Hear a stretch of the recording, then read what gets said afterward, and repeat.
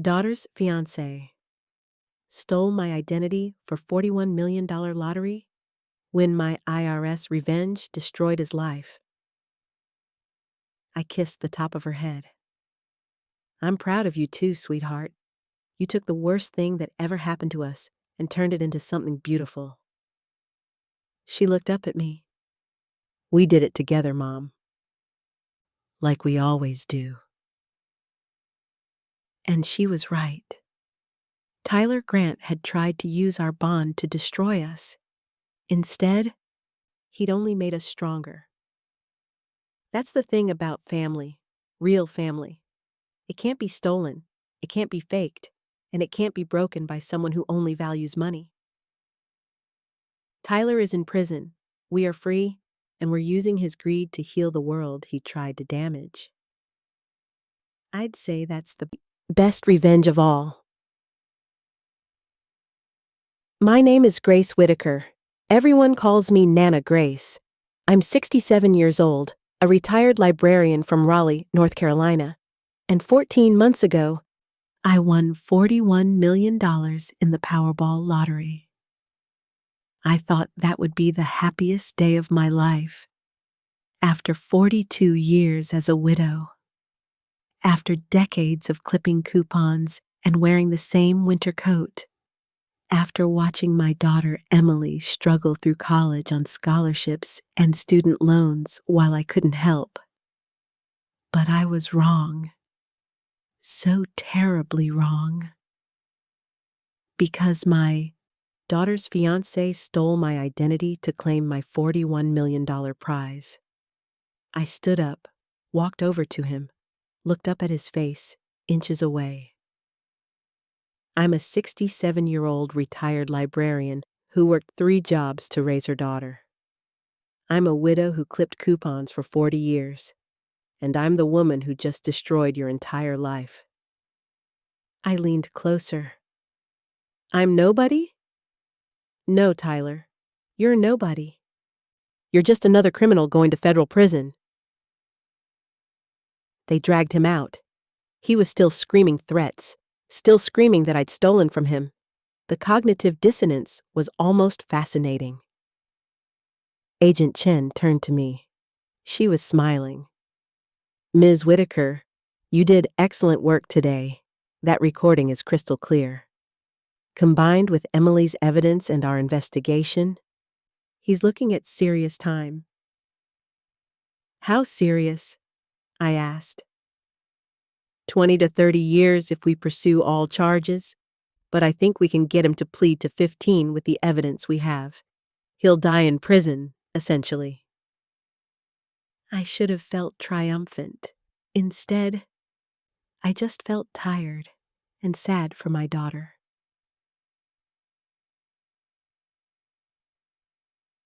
It was a Tuesday, September 17th, the kind of gray, drizzling afternoon that makes you want to curl up with tea and a worn paperback. I'd stopped at the Quick Mart on Glenwood Avenue after my volunteer shift at the Literacy Center. The lottery jackpot had rolled over to $273 million. I'm not usually a gambler, but something about that day felt different. I bought 1 ticket, $2. The numbers were from my late husband Daniel's birthday.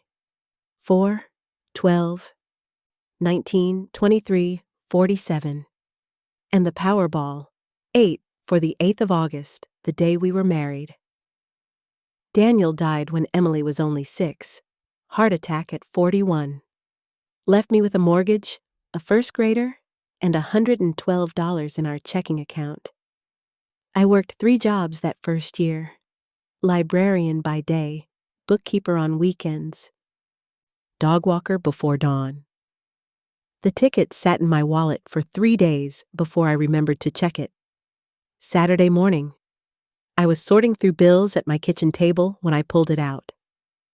All 6 numbers matched. I checked 3 times, then I called the lottery hotline with shaking hands. They confirmed it. 1 winning ticket, sold in North Carolina. Mine. The lump sum after taxes would be $41.3 million. I sat at that table for 2 hours, just breathing, trying to comprehend what had just happened. I didn't tell anyone.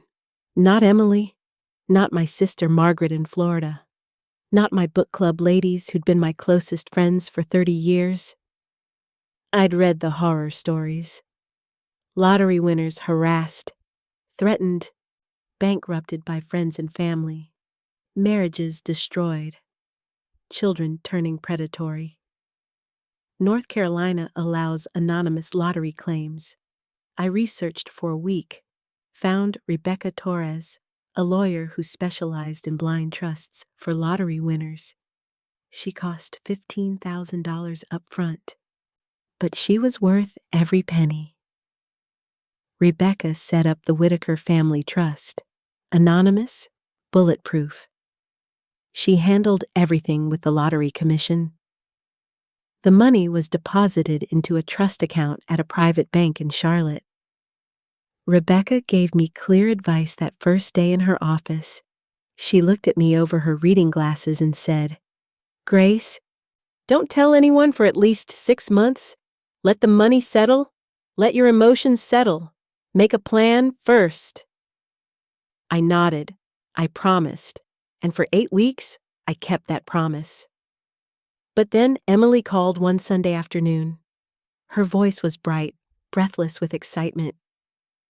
"Mom, I have news. Can Tyler and I come over for dinner?" "We want to tell you something." I'd met Tyler only twice before that dinner, both times briefly. Emily had been dating him for about 3 months. He was 35, my daughter's age. Tall, well-groomed, with salt and pepper hair that made him look distinguished. He worked as a financial advisor at a firm downtown, drove a leased BMW, wore expensive cologne that lingered in my living room. That Sunday, they arrived holding hands. Emily was glowing, and before I'd even poured the wine, she held up her left hand. A diamond ring caught the light. "We're engaged." "Mom?" I hugged her, congratulated them both. But something felt off. Too fast. 3 months of dating and now marriage? Over dinner, Tyler was charming. He complimented my pot roast, asked thoughtful questions about my work at the library, quoted Hemingway, and made Emily laugh. But I noticed his eyes.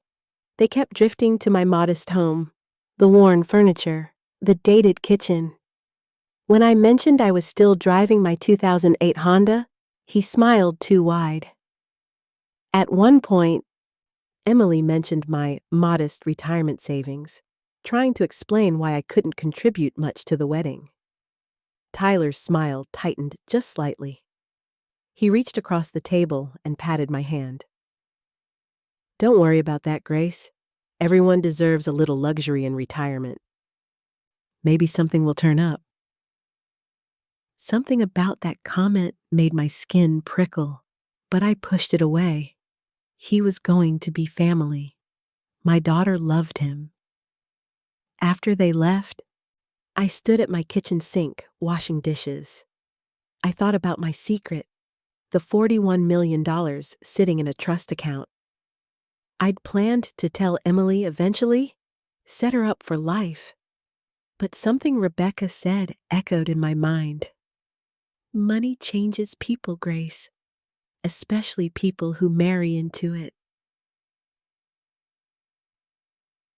2 weeks after the engagement dinner, Tyler started showing up at my house, alone. The first time, he said he was in the neighborhood checking on a client. Could he come in for coffee? I said yes. Of course, he was going to be my son-in-law. We sat at my kitchen table. He asked about my finances. Casual at first. Did I have a financial advisor? What was my retirement portfolio like? Had I thought about estate planning? I gave vague answers. Something in my gut told me not to share details. He smiled, nodded, but his eyes stayed sharp. Then he said something that made my blood run cold. "You know, Grace, Emily mentioned you sometimes play the lottery. Ever win anything big?" I froze, my coffee cup halfway to my lips. How did Emily know? I'd been so careful. I forced a laugh. "Oh, just a few scratch-offs here and there. Nothing exciting." Tyler leaned back in his chair. His smile didn't reach his eyes. "That's too bad. Would be nice if you hit it big, right? Change your life. Emily's life." After he left, I called Rebecca, told her about the visit. She was quiet for a long moment. "Grace, has anyone else had access to your personal documents? Bank statements? Tax returns?" I thought about it. Emily had a key to my house. She'd been here dozens of times. With Tyler. Rebecca's voice was firm. "Change your locks. Get a safe deposit box. And Grace, don't tell your daughter anything until after the wedding. Or better yet, until after you've had a chance to vet this man properly." But it was already too late. Tyler Grant had been in my house, in my files, and he'd found what he was looking for.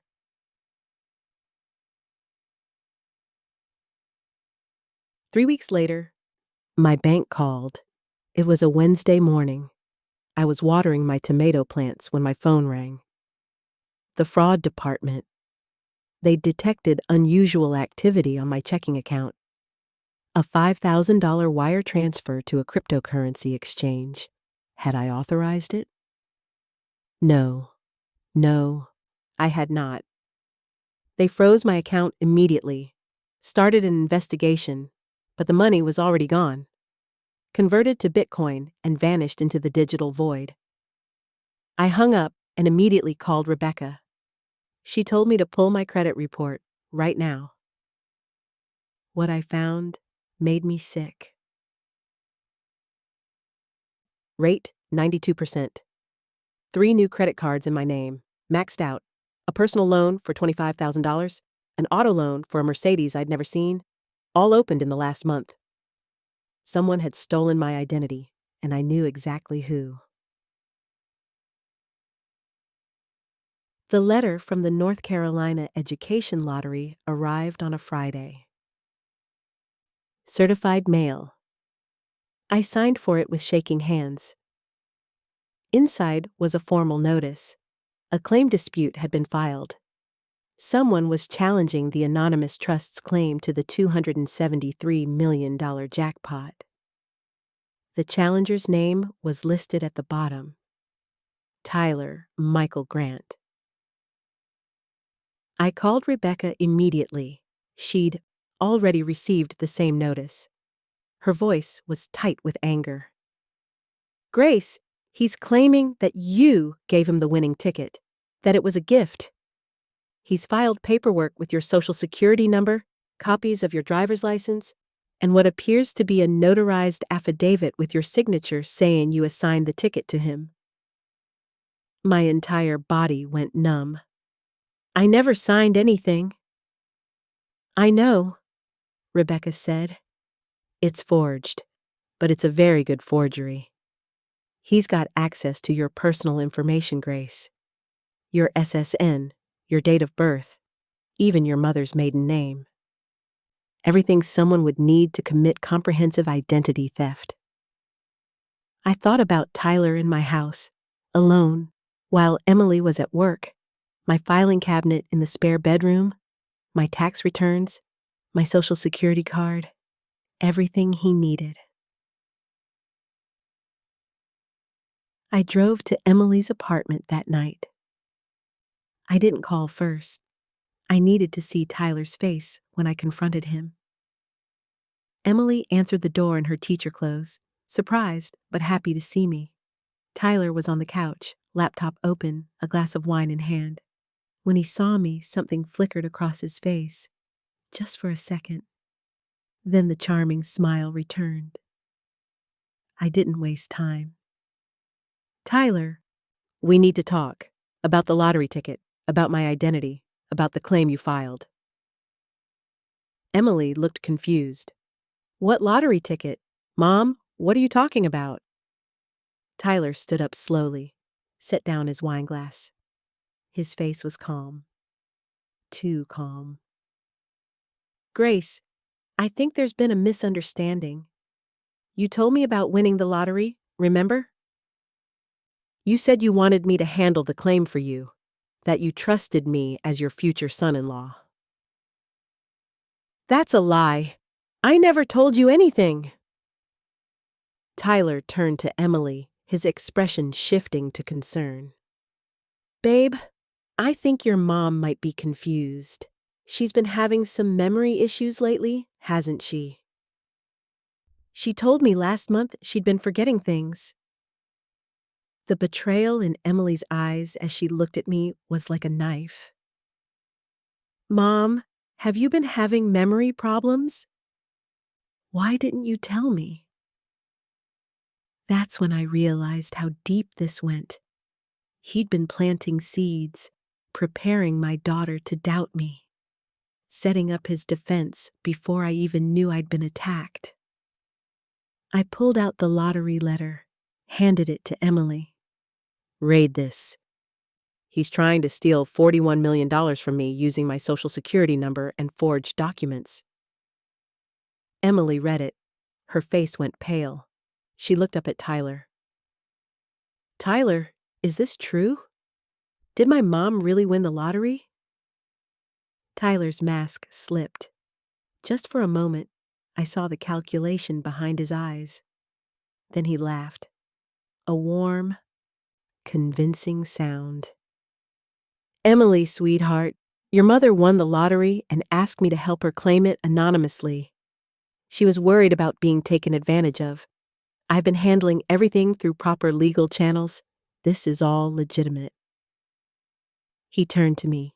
His voice dropped lower. Dangerous. Grace, I think you should go home. Get some rest. We'll sort this out with your lawyer next week. But I need you to understand something. He stepped closer. If you try to fight this, I will make sure the IRS knows about every penny. Tax evasion, fraud. You could go to prison.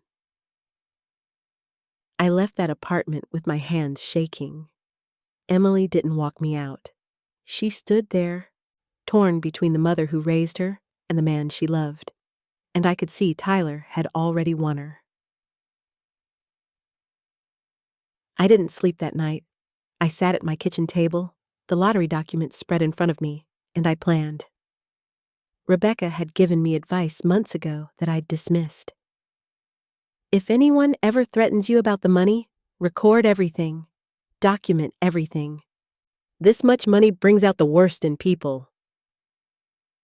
2 days later, Tyler called me. I was ready. My phone set to record. My smartwatch backup recording running. His voice was smooth, professional. Grace, I think we got off on the wrong foot the other night. Let me explain the situation clearly. I'm listening, I said. You won $41 million. Congratulations. But here's the reality. You filed that claim anonymously through a trust, which means there's no direct paper trail tying you to the ticket. I, however, have documentation showing you gave me that ticket. Signed, notarized documentation. Documentation you forged, I said quietly. He laughed. That would be very hard to prove, Grace. But here's what's easy to prove. If you fight this, I'll report you to the IRS for attempting to hide lottery winnings. I'll show them your trust setup, your anonymous claim. They'll investigate. They'll find tax irregularities. Even if you're clean, the investigation alone will cost you millions in legal fees and years of your life. My heart was pounding, but I kept my voice steady. So what do you want? This is where he made his mistake. The mistake that would eventually destroy him. I want you to sign an affidavit confirming that you gifted me the lottery ticket. In exchange, I'll give you $2 million. Cash. You stay quiet, you get $2 million, and everyone walks away happy. Fight me, and I'll take everything and make sure you go to prison for tax evasion. I closed my eyes. The recording was running. Clear evidence of extortion, blackmail, and admission of fraud. I need time to think, I said. You have 48 hours, Grace. After that, I file with the IRS. He hung up. I immediately sent the recording to Rebecca. She called back within 10 minutes. Her voice was electric with controlled fury. Grace, this is perfect. This is everything we need. I'm calling the FBI's Financial Crimes Unit right now. But I need you to do something for me. Anything, I said. You need to tell Emily, tonight, before Tyler spins this any other way. Your daughter deserves to know what kind of man she's about to marry. I met Emily at her school the next afternoon, neutral territory, her classroom after the students had gone home. She looked tired, worn down. Tyler had clearly been working on her, planting more doubt about my mental state. I sat down across from her at one of the small student desks, and I told her everything. The lottery win, the anonymous claim, Rebecca's advice to stay quiet, my plan to eventually share the money with her, Tyler's visits to my house, the identity theft, the forged documents, the extortion call. Then I played her the recording. Tyler's voice filled the empty classroom, cold, calculating, threatening to destroy me. Emily's face crumbled, tears streamed down her cheeks. She covered her mouth with both hands. Level, moderate. Oh my God, she whispered. Oh my God, Mom, I'm so sorry. I didn't know. I swear I didn't know. I moved to her side, held her while she cried. I know, sweetheart. I know you didn't. But then Emily said something that broke my heart.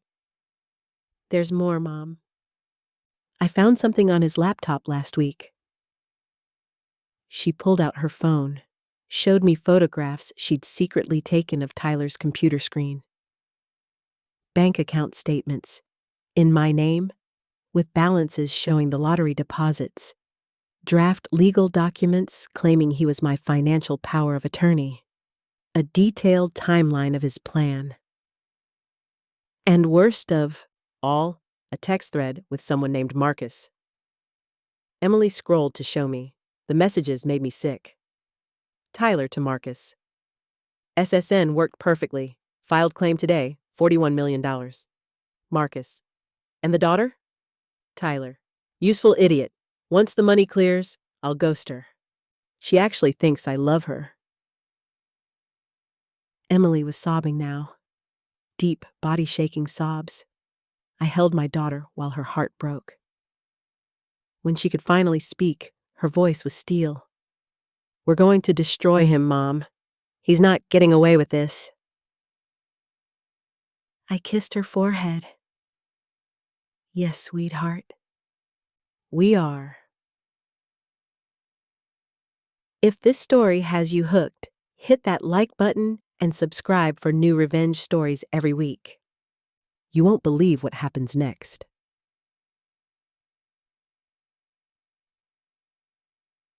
Rebecca connected us with Special Agent Linda Chen from the FBI's Criminal Investigation Division. She specialized in lottery fraud and identity theft.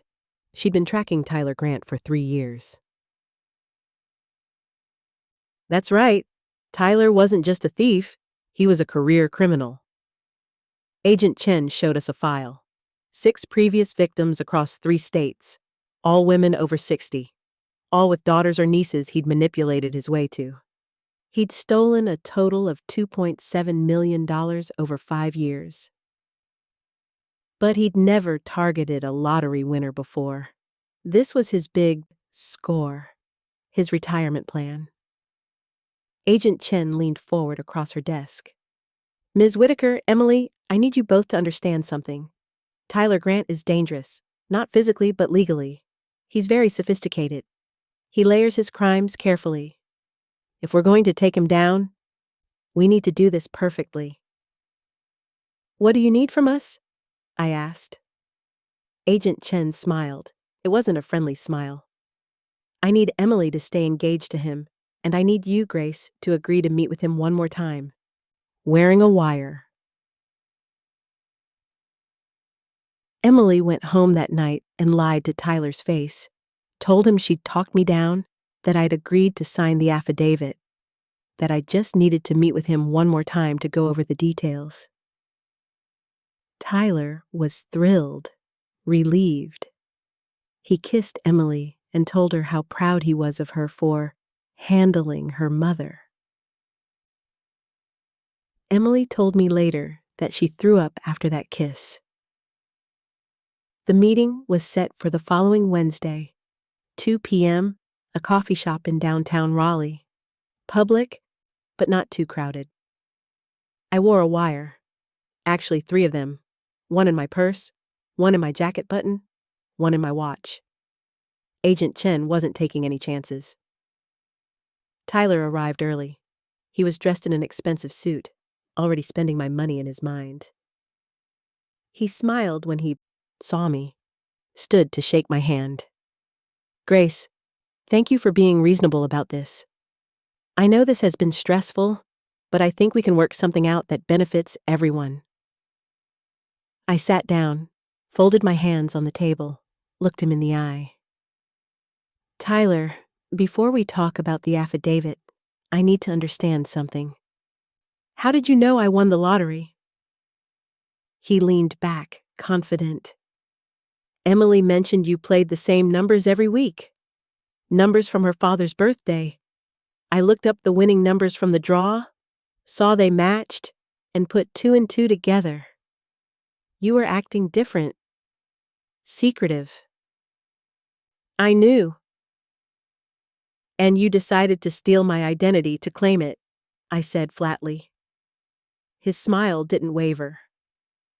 I prefer to think of it as a mutually beneficial partnership. You get $2 million. I handle the public attention, the media, all the complications that come with a win this size. You stay anonymous and comfortable. And what happens to Emily after you have the money? For the first time, his mask cracked. His eyes went cold. Emily was always just a means to an end, Grace. Surely you're smart enough to know that. Sweet girl, but not exactly the love of my life. Once the money's secured, I'll be moving to the Cayman Islands. Alone. I pulled out the affidavit he'd prepared, slid it across the table. Show me where to sign. Tyler's smile returned. He pulled out a pen. A nice one. Mont Blanc, probably bought with one of my stolen credit cards. He pointed to the signature line. I picked up the pen. And then I set it down. Actually, Tyler, I have a question. How many other women have you done this to? His face changed. Confusion, then suspicion. What are you talking about? I smiled, and I raised my coffee cup in a small salute toward the window. That's when Agent Chen and 3 other FBI agents walked through the door.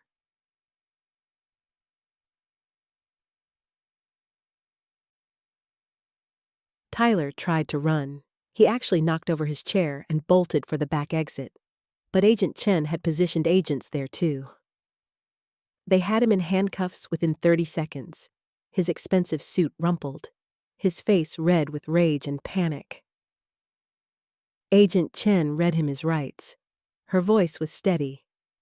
Professional.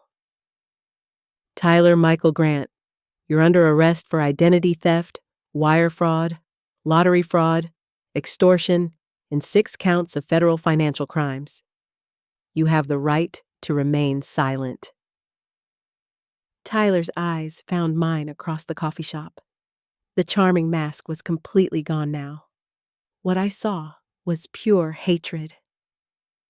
"You stupid old woman! That money should have been mine. I did all the work. I found it. You're nobody!" Tyler's trial lasted 3 weeks. The prosecution was brutal and efficient. They brought in all 6 of his previous victims, women whose lives he'd nearly destroyed. Mrs. Patricia Henderson, 72, from Virginia. He'd stolen her late husband's pension. She'd lost her home. Ms. Carol Young, 65, from Georgia. He'd drained her retirement accounts through fake investment schemes. She now lived with her daughter.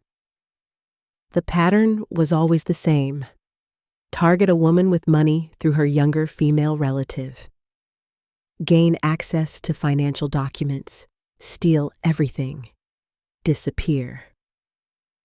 But the most damning testimony came from Emily. Volume soft. My daughter took the stand on day 14. She wore a simple black dress, no jewelry. Her face was pale but determined.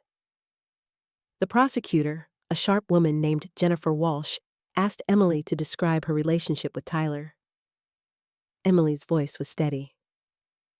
"He made me feel special, like I was the most important person in the world.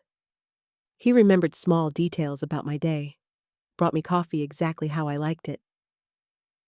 Listened when I talked about my students." She paused. "It was all calculated, every single moment." Jennifer Walsh nodded. "When did you first suspect something was wrong?" "When he started asking about my mother's finances. It was subtle at first. Questions about her retirement, her savings. But then he started visiting her alone. I thought he was just trying to build a relationship with his future mother-in-law." Emily's voice cracked. "I gave him access to her. I trusted him with the person I love most in the world. And he tried to destroy her." Then Jennifer introduced the laptop evidence, the text messages Emily had photographed. They were projected on a screen for the entire courtroom to see. Tyler's words filled the room. "Useful idiot. Once the money clears, I'll ghost her. She actually thinks I love her." Several jurors looked at Tyler with undisguised disgust. One older woman was crying. Tyler's defense attorney tried to argue that the texts were taken out of context, that Tyler was just venting to a friend, that he never actually intended to defraud anyone. But then the prosecution played my recorded phone call. Tyler's voice, crystal clear, demanding $2 million and threatening me with the IRS. The jury deliberated for 4 hours, guilty on all counts. At sentencing, Judge Harold Morrison didn't hold back. He was a grandfatherly black man in his late 60s with reading glasses and a kind face, but his words were steel. "Mr. Grant, in my 30 years on the bench, I've seen many criminals, but what you did goes beyond simple theft. You didn't just steal money. You weaponized love. You exploited trust. You targeted vulnerable people and manipulated their own children against them." Judge Morrison looked at the victim's statements in front of him. Mrs. Henderson lost her home, Ms. Young lost her independence, and Ms. Whitaker nearly lost her daughter. These are wounds that don't heal with time or restitution. He looked directly at Tyler. "I sentence you to 18 years in federal prison with no possibility of parole." You will also pay full restitution to all victims, though I suspect you'll never earn enough to repay what you've taken." Tyler's face went white. 18 years. He'd be 63 when he got out, if he survived that long. As they led him away in chains, he looked at me one last time. I didn't look away. I wanted him to see that I was not broken. I wanted him to know that he had failed. The months after the trial were hard, harder than the theft, harder than the investigation. Emily moved in with me for a while. She couldn't stand to be in the apartment she'd shared with Tyler. Every corner held memories of a man who never existed. She started therapy, twice a week at first. Dr. Sarah Kim specialized in trauma recovery from intimate partner manipulation. I went with Emily to her third session. Dr. Kim wanted to talk about family healing. We sat on the comfortable couch in Dr. Kim's office. Emily held my hand. Her grip was tight, almost desperate. Dr. Kim looked at us both. "Emily, you've told me you feel guilty. Can you explain why?" Emily's voice was barely above a whisper. "I brought him into our lives. I gave him access to my mom. I trusted him. If I'd been smarter, more careful, this never would have happened." I squeezed her hand. "Emily, sweetheart, you were a victim too." "But you almost lost everything because of me," Emily said, tears streaming down her face. "He used me to get to you. I was so stupid." Dr. Kim leaned forward. "Emily, what Tyler did is called predatory targeting. He didn't choose you randomly. He researched your mother, found out she fit his victim profile, and then crafted a personality specifically designed to make you fall in love with him. You weren't stupid. You were manipulated by a professional criminal." I turned to face my daughter, lifted her chin so she had to look at me. "Emily Rose Whitaker, listen to me. That man fooled FBI agents. He fooled judges. He fooled 6 other families before us. He was good at what he did. Evil, but good. You falling in love with him doesn't make you stupid. It makes you human." "But you're my mom," Emily sobbed. "I'm supposed to protect you." I pulled her into my arms, held her while she cried, the same way I'd held her when she was 6 and her father died. "You did protect me, baby. You found the evidence on his laptop. You testified against him. You helped put him in prison. You saved me, Emily. You saved us both." It took 6 months, but slowly, Emily started to heal. She moved back into her own apartment, started dating again, very carefully. She even laughed at dinner one night when I made a joke. A real laugh, not forced. The first real laugh I'd heard from her in almost a year. I had $41 million, more money than I could spend in 10 lifetimes, and I knew exactly what to do with it. With Rebecca's help, I established the Identity Shield Foundation, a nonprofit dedicated to helping victims of identity theft and financial fraud. We provided free legal services, credit repair assistance, financial counseling, and scholarships for victims trying to rebuild their lives. Emily took a leave of absence from teaching to help me launch it. She threw herself into the work with a fierce determination. This was her healing too. Our first client was Patricia Henderson, the 72-year-old woman from Virginia who'd lost her home to Tyler. We paid off her debts, helped her buy a small house near her daughter, set up a trust to ensure she'd never be vulnerable again. When we handed her the keys to her new home, she wept She hugged me for a long time. "You didn't have to do this. The courts ordered restitution." I smiled at her. "Tyler will never pay back what he stole. He doesn't have it. But I do, and you deserve to be whole again." By the end of the first year, Identity Shield had helped 37 victims. By the end of the second year, over 200.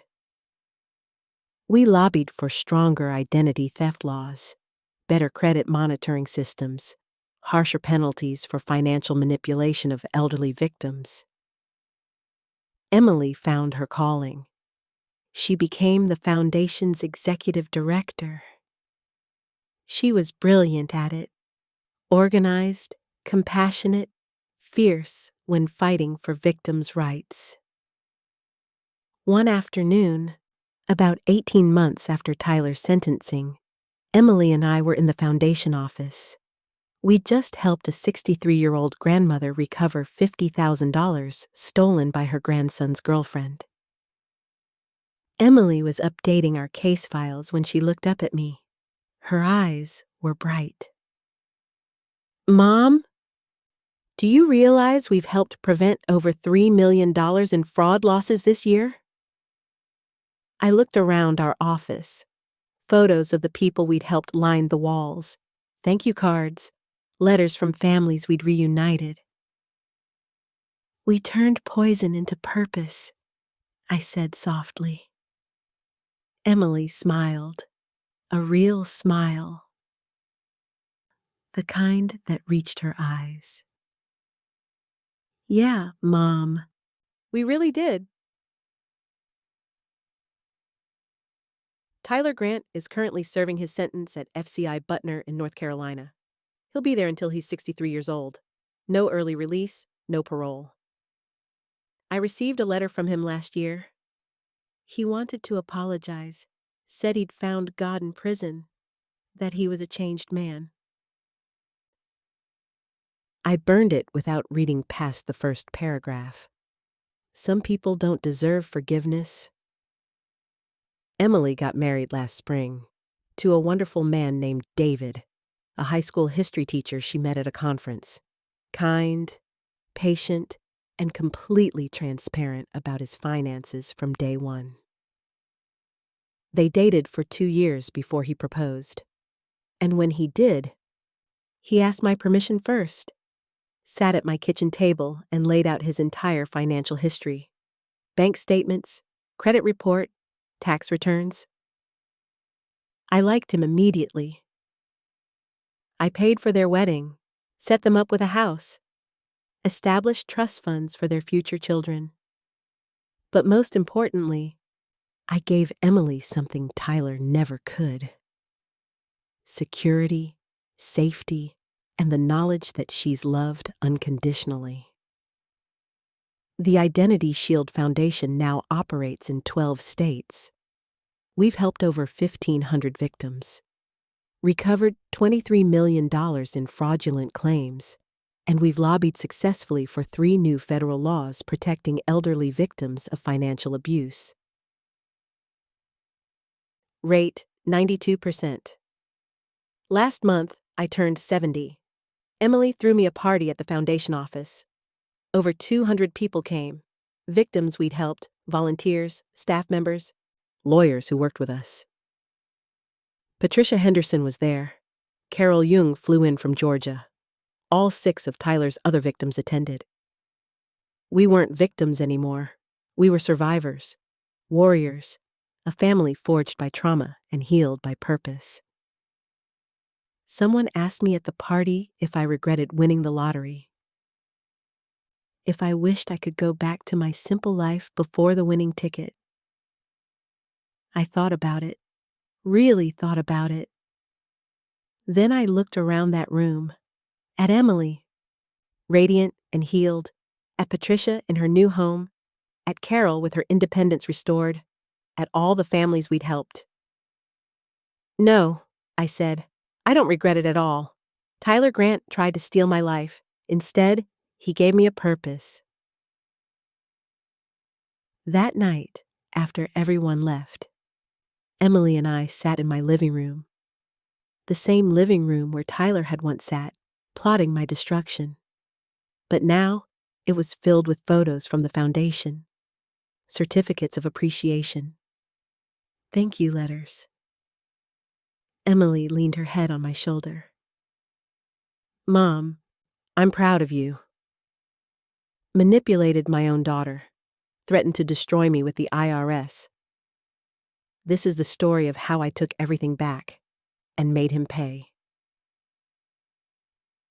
So I want to ask you something. If someone you love stole $41 million from your family member, would you report them or would you protect them? Comment below and let me know. I read every single comment. If this story got your heart racing, smash that like button. It helps more people find these stories. And subscribe if you haven't already. We drop new revenge stories every Monday and Thursday. Next episode drops in 3 days, and trust me, you don't want to miss it. It's about a woman whose business partner tried to steal her company. But he didn't know she'd been recording every board meeting for 2 years. The takedown is absolutely savage. Click the card that just popped up to watch our most popular video. It's about a wife who discovered her husband's affair and used their prenup to take everything. The house, the cars, his business, everything, legally. This is Grace Whitaker, retired librarian, lottery winner, and founder of the Identity Shield Foundation. Remember, the best revenge isn't getting even. It's building something so beautiful from the ashes that your enemy can only watch from prison. Thank you for listening to my story. I'll see you in the next one. Pitch, 5%, volume, soft. The federal agents burst through my daughter's apartment door at 6:47 a.m. Tyler Grant, the man who'd been sleeping beside my Emily for 18 months, dropped his coffee mug. It shattered, just like my trust, just like my family. But I'm getting ahead of myself. This story starts 14 months earlier, on a rainy Tuesday that changed everything.